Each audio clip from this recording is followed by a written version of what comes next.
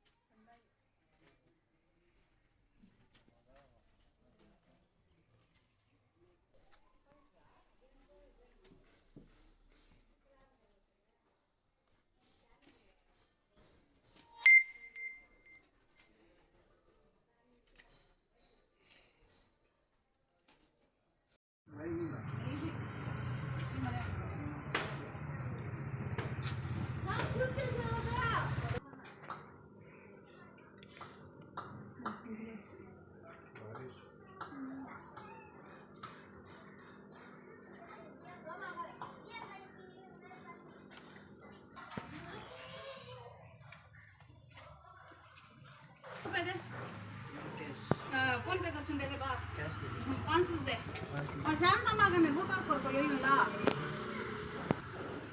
Phone पे कर दे बा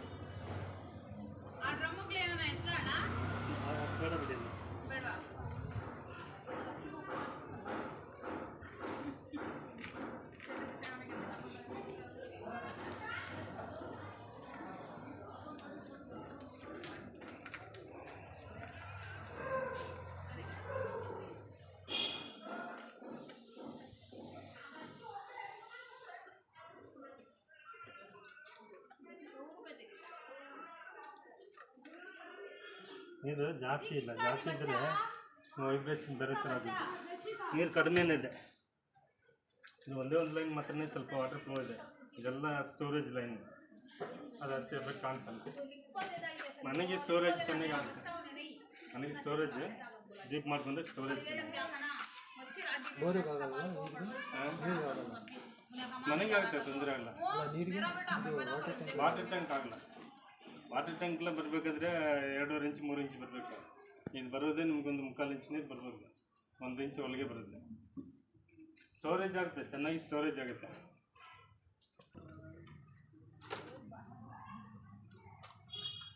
ಒಂದೇ ಒಂದು ಲೈನ್ ಮಾತ್ರ ಅದು ಪ್ರೆಜರ್ ಇಲ್ಲ, ಪ್ರೆಜರ್ ಕಡಿಮೆ ಉಂಟು.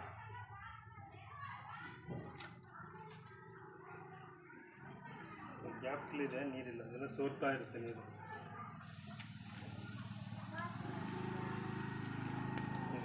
ಲೈಟ್ ಆಗಿದೆ ಈ ಡೈರೆಕ್ಷನ್. ಇದೆಲ್ಲ ಬಂದು ಫುಲ್ ಜ್ವರ ತಿರುಗುತ್ತಾ? ಜಾಸ್ತಿ ಇದ್ದರೆ ಸ್ಪೀಡ್ ಆಗುತ್ತೆ ಇದು ತಿರುಗೋದು. ಅಷ್ಟು ಪ್ರೆಜರ್ ಅಷ್ಟು ಜಾಸ್ತಿ ಕಾಣಿಸ್ತಾ ಇಲ್ಲ.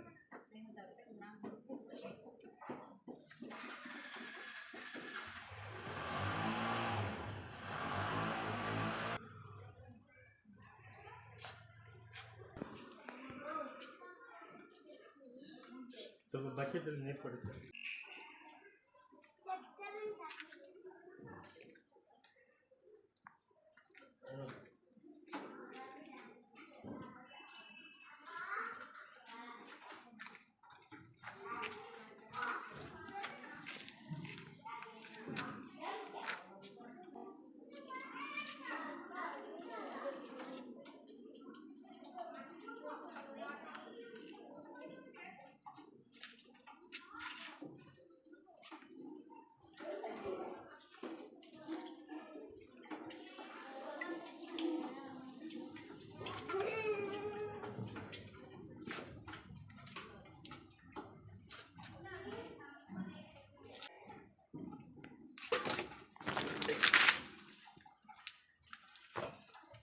ಅದೇ ಈ ರೌಂಡಲ್ಲಿ ಸ್ವಲ್ಪ ಮನೆಗೆ ಸ್ಟೋರೇಜ್ ಆಗುತ್ತೆ, ಮನೆಗೆ ಮಾತ್ರ ಆಗುತ್ತೆ. ಡೀಪ್ ಮಾಡ್ಕೊಂಡ್ರೆ ಸ್ಟೋರೇಜ್ ಇಲ್ಲ. ಅದೇ ಇದೆಲ್ಲ ವಾಟರ್ ಲೈನ್ಗಳಿದೆ, ಫ್ಲೋ ಇಲ್ಲ, ಸಣ್ಣ ಸಣ್ಣ ಲೈನ್ಗಳು ಎಲ್ಲ ಸ್ಟೋರೇಜ್ ಆಗುತ್ತೆ. ಸ್ಟೋರೇಜ್ ತೊಗೊಂಡ್ರೆ ಮನೆಗೆ ಬೇಕಾದಷ್ಟು ನೀರು ಸಿಗುತ್ತೆ. ಬಟ್ ರಿಗ್ಗಲ್ಲಿ ಡ್ರಿಲ್ಲಿಂಗ್ ಟೈಮೆಲ್ಲ ನೀರು ಜಾಸ್ತಿ ಬರೋದಿಲ್ಲ, ಬರೀ ಪೌಡ್ರ್ ಆಗುತ್ತೆ. ಬಟ್ ವಾಶ್ ಮಾಡಿಕೊಂಡ್ರೆ ಅದು ಸ್ಟೋರೇಜ್ ಆಗುತ್ತೆ. ಮೋಟ್ರಿಗೆ ನಿಮಗೆ ಡೈಲಿ ಒಂದು 3,000-4,000 ಲೀಟ್ರ್ ಡೈಲಿ ಸಿಗುತ್ತೆ. ಅಷ್ಟು ಮಾತ್ರ ಎಫೆಕ್ಟ್ ಇದೆ, ಕಂಟಿನ್ಯೂ ಆಗೋಲ್ಲ. ಮೋಟ್ರ್ ಹಾಕಿದ್ರೂ ಒಂದು ಹಾಫ್ ಆನ್ ಅವರ್ ರನ್ನಿಂಗ್ ಇರುತ್ತೆ, ಒಂದು 2,000 ಲೀಟ್ರ್ ಬಂತಂದರೆ ನೀರು ಕಡಿಮೆ ಆದಮೇಲೆ ನಿಂತ್ಕೋಗುತ್ತೆ. ಮತ್ತು ಕಡಿಮೆ ತಿರ್ಗಿ ಬೆಳಗ್ಗೆ ಸಾಯಂಕಾಲ ನೀವು ಪಂಪ್ ಮಾಡಿದ್ರೆ ಮನೆಗೆ ಬೇಕಾದಷ್ಟು ನೀರು ಬರುತ್ತೆ. ಬಿಫೋರ್ ಕೇಸಿಂಗಲ್ಲಿ ನೀರು ಬಂದ್ರೂ ಫಿಲ್ಟರ್ ಹೋಲ್ ಮಾಡಿ ನೀವು ಸೇವ್ ಮಾಡಬೇಕು. ಬಿಫೋರ್ ಡ್ರಿಲ್ಲಿಂಗ್ ಮಾಡೋ ಟೈಮಲ್ಲಿ ಕೇಸಿಂಗ್ ಮುಂಚೆ ನೀರು ಬಂತಂದರೆ ಅದನ್ನು ಕೂಡ ಸಣ್ಣ ಸಣ್ಣ ಹೋಲ್ಗಳು ಮಾಡಿ ಸೇವ್ ಮಾಡಬೇಕು. ಅದು ಬ್ಲಾಕ್ ಮಾಡೋಕ್ಕೆ ಹೋಗ್ಬೇಕು, ಬ್ಲಾಕ್ ಮಾಡ್ಕೊಂಡು ಬರಲ್ಲ, ಅದು ಸೇವ್ ಮಾಡಬೇಕು. ನೀವು ಆ ಥರ ಮಾಡ್ಕೊಂಡ್ರೆ ಇದು ಮನೆಗೆ ತೊಂದರೆ ಆಗಲ್ಲ, ಮನೆಗೆ ಆಗುತ್ತೆ. ಬಟ್ ಇನ್ನೂ ಬೇರೆ ಸೋರ್ಸ್ಗಳಿಲ್ಲ ಅದರಲ್ಲಿ. ಈ ಡೈರೆಕ್ಷನ್ ಒಂದು ಲೈನ್ ಇದೆ, ಈ ಕಾರ್ನರ್ಲಿ ಒಂದು ಲೈನ್ ಇದೆ, ಮತ್ತು ಸ್ಟ್ರೈಟಾಗಿ ಒಂದು ಲೈನ್ ಇದೆ. ಇದೆಲ್ಲ ಸಣ್ಣ ಸಣ್ಣ ಲೈನ್ ಇದೆ, ದೊಡ್ಡ ಲೈನ್ ಆಗಿಲ್ಲ, ದೊಡ್ಡ ಲೈನ್ ಆಗಿದೆ.